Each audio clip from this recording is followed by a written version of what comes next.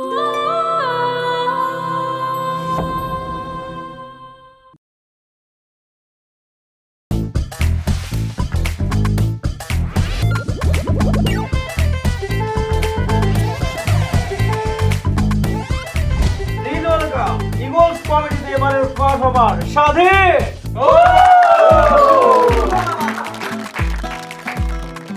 আলাইকুম। কি অবস্থা, কেমন আছেন সবাই? ভালো ভালো মাশাআল্লাহ, আজকে আপনাদের সবার খুব সুন্দর লাগতেছে। হ্যাঁ ভাই, আজকে আমার টপিকের নাম হচ্ছে প্রেম প্রেম পাগলামি। হ্যাঁ প্রেম ভালোবাসা সব তো বুঝলাম, কিন্তু আমি যে পাগল এইটা আমাদের মেন্টর রিজু ভাই জানলো কেমনে? ভাই সেটা ব্যাপার না, গেছি এক মেরে নিয়ে ডেটে পার্কে, প্রথম ডেট। এখন জিজ্ঞাইতেছি কি খাও, কি পছন্দ, কি রং পছন্দ। আমার একটু বাচ্চা কাচ্চা খুব পছন্দ না। আমি জিজ্ঞেসি যে তোমার কি বাচ্চা কাচ্চা পছন্দ? পছন্দ মানে এই পর্যন্ত 6টা কিডন্যাপ করছি। ভাই এক টেরা মেরে আমার একটু পছন্দ হয়েছে। আমি তো দেখতে শুনতে তেমন একটা ভালো না, তো ভাবছি যে ওর একটু খুদ আছে, ওরে প্রপোজাল দিলে হয়তো অ্যাকসেপ্ট করে নিবে। আমি যে বলছি ঠিক আছে তোমার পছন্দ হয়, সূত্রে বলতেছে টেরা হইতে পারে কিন্তু অন্ধ না।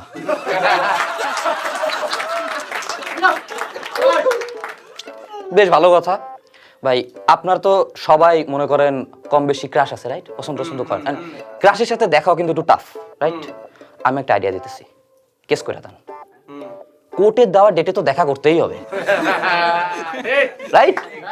মামলার টাকা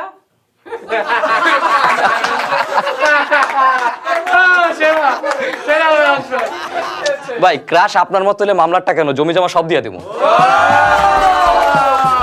কি মিথ্যাবাদী। তোমার কইলে ক্রাশ আর ত্রাস। ভাই এরপরে ঠিক আছে, বেশ ভালো কথা, ক্রাশ ট্রাশ গেল।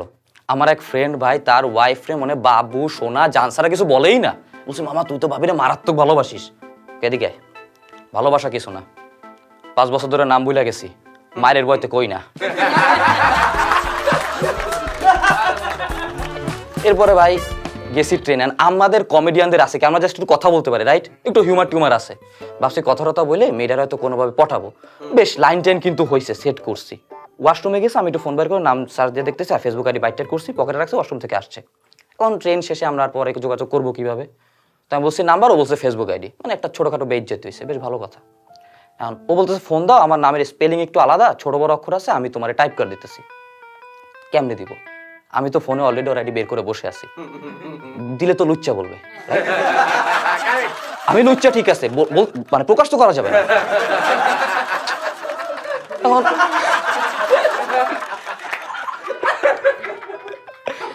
এখন ঠিক আছে, আমি বলছি যে ফোন তো চার্জার হবে অফ হয়ে গেছে।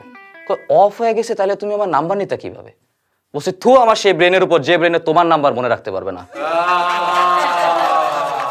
লাইন সেট আপ, মেয়ে পড়ছে মোটামুটি, নাম্বার নিব, নাম্বার বলতে যাবে, এর ভিতর কাস্টমার কেয়ার থেকে কল আসছে। মুখের উপর বলে গেছে অল মেন আর লায়ার্স, এটা বলে চলে গেছে। ঠিক আছে ঠিক আছে, এখন আমি ঠিক আছে, মেয়ে চলে গেছে, মন খারাপ করে ফোনটা ঠিক আছে কাস্টমার কেয়ার ধরছি। ফোনে বলতেছে নিজের কাছের মানুষকে প্রিয় করে পেতে চান, তাহলে আমাদের দেওয়া টিপস ফলো করুন। ভাই তোর জন্যই তো আমার কাছের মানুষ চলে গেছে।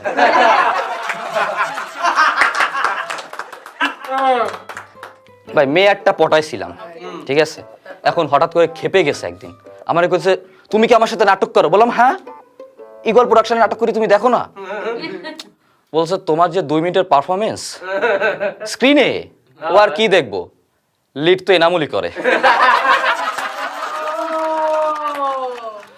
ঠিক আছে ভালো কথা। ভাই এমন না যে মেয়েরা আমার পছন্দ করে নাই, 2-একটা মেয়ে কিন্তু আমারও পছন্দ করছে।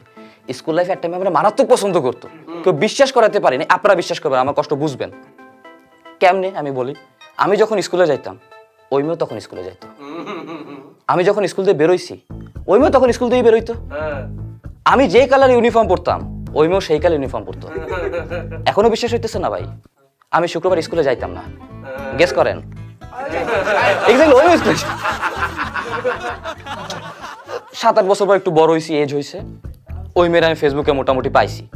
এখন খুঁজা নগদ, এবার স্কিল নিয়ে আমি নগদ বইলা দিছি যে দেখো তোমার আমি ভালোবাসি, তোমার কি কোনো বিএফ আছে?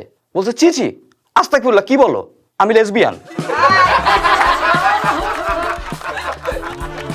এরপরও অনেক কষ্ট মষ্ট করে একটা মেয়ে পটাইছি ভাই। মেট্রোতে গেছি, 3টে স্টেশন পর আমরা নামে যাব, মানে হ্যাপি, বাবু শোনা চলতেছে। হঠাৎ করে কি পিনি করছে, বলতেছে যে দেখো তুমি চিটার, তুমি বাটপার, তোমার সাথে থাকা যাবে না, এই সেই। আমার গেছে মেজাজ কারণ চিট করি তোরে, যা ব্রেকআপ। বইলা তো দিছি, মেয়ে তো চুপ। এখন তো ভয়তে ধীরে ধীরে আমার কাঁধে উঠতেছে।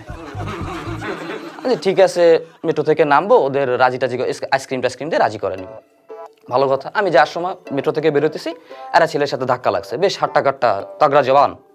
আমি এসে ঠিক আছে, কেরা সাথে সাথে মার খেতে যাবে, আমি ইগনোর করে চলে গেছি। কিছু দূর দূরে যেয়ে দেখি গার্লফ্রেন্ড নাই, পিছনে তাকায় দেখি ওর কলার ধরা। আমার গার্লফ্রেন্ড ওর হাইটে নাভির কাছে আসতেছে, কলার ধরা। আমি ওই ছেলের চোখ কম্প্রোমাইজ দেখতেছি, যেটা ওরে ধাক্কা দিতেছে, গালিগালাজ করতেছে, ভালো পরিবারের ছেলে। আমি দেখতেছি আমারে মারবে না, ও নিয়ত করছে আমারে মারবে না। আমার গার্লফ্রেন্ড মার তো ধরে খাবই। ও যে কইতেছে বেয়াদব বেল্লিক, যদি মায়ের বুকে দুধ খেয়ে থাকিস আমার বয়ফ্রেন্ডে বলে ছুঁয়ে দেখা। দুঃখের বিষয় মায়ের বুকে দুধ খাইছিল। যখন আমারে মায়েরা চুল টেনা ধরছে তখন আমি বুঝছো মিনিমাম 5 বছরে মায়ের বুকে দুধ খাইছে।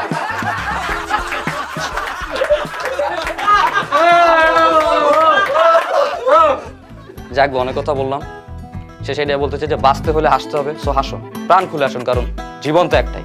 ওকে, that's my time, you have been great audience, thank you.